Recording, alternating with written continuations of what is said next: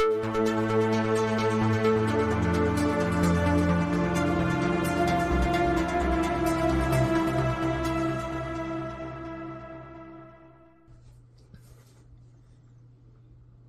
everyone. Today, I'm doing a wrap-up on Terrificon 2024. I was there all weekend, and I have been there it's been going on, forgive me for going back and forth here. It's been going on for 10 years at Mohegan Sun next year. So it's his 9 years at Mohegan Sun this year. I have missed 2. And the 2 I missed were the last 2. I had COVID 2 years ago, and I had a nasty home accident last year. So it was nice to get back to Terrificon. I started out as a fan, and currently I am a pseudo vendor, kind of a cross between a vendor and a fan. I share a booth with I share 2 booths with a couple people I used to work with before I retired. And so we have a good time, and they let me walk around while they kind of mind my booth area, and it allows me to go around and do the things that I want to do. One of the things I'm always looking to get is fresh art from certain creators, and that's what this video is about. Quickly though, this year's Terrificon had Jim Lee, had Charlie Cox from Daredevil. It had Stephen Butler, which I know is not a big name, but I got to pick him up at the airport and have a chat with him, which was really nice. And it had the usual top-notch comic guests that Mitch and the team is famous for, is expected of, has on a regular basis. So if you're looking for a really great show to go to, Terrificon, if you're in the Connecticut area, or if you're within, call it 6 or 10 hours of Connecticut, go to Terrificon. You will not be disappointed. Free parking because it's at the casino.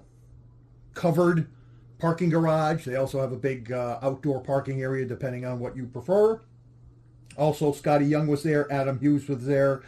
Jose Luis Garcia Lopez was there. Plenty of big names. And it's too numerous to mention.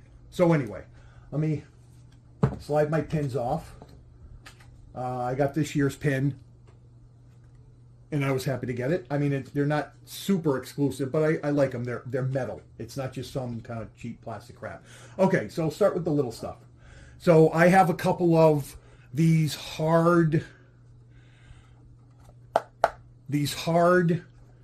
cover sketchbooks. They're 5x7-ish, and I decided to do one for half Peter, half Spidey, which I did not add to this year.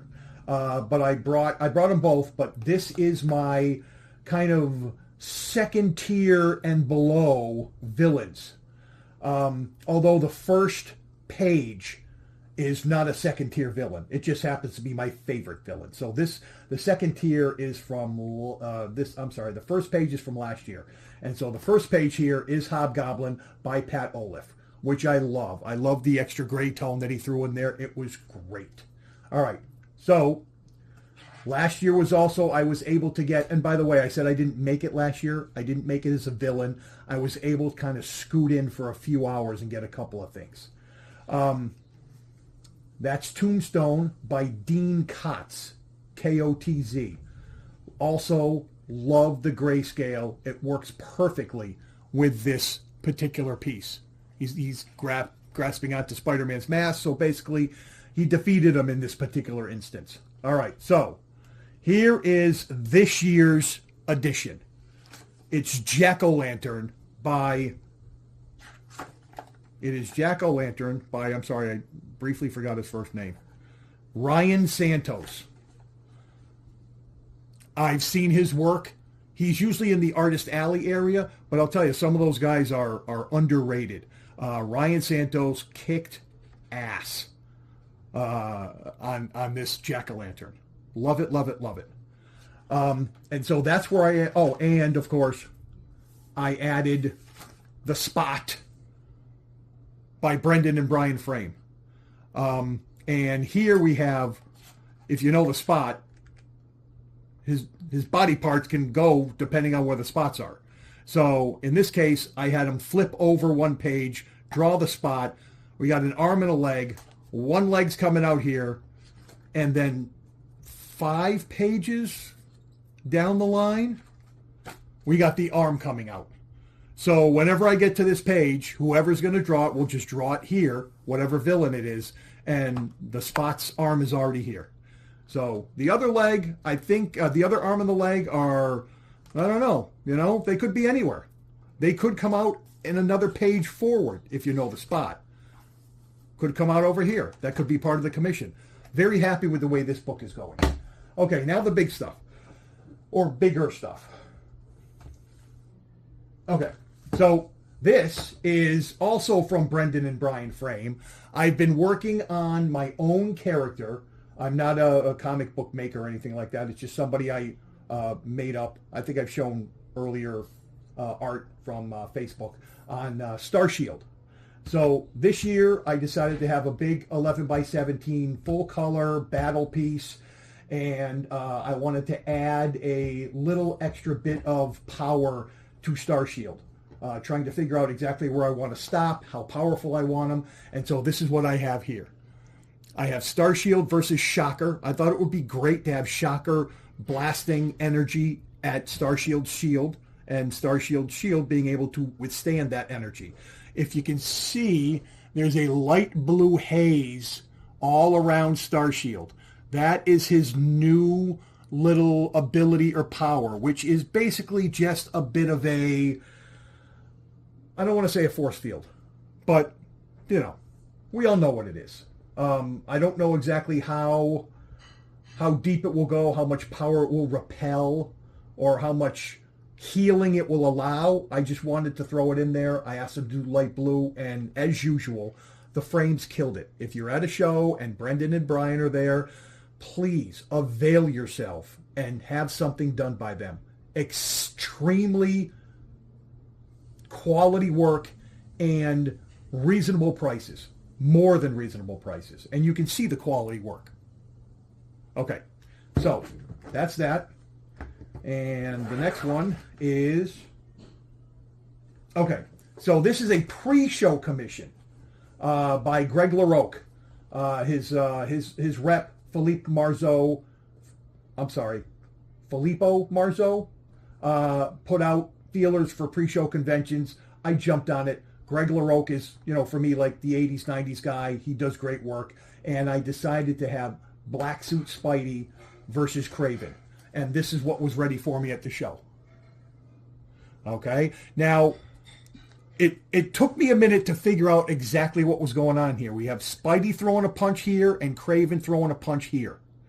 And Kraven is bigger than Spider-Man because, when you know Spidey, he's not that big. He's like 5'10".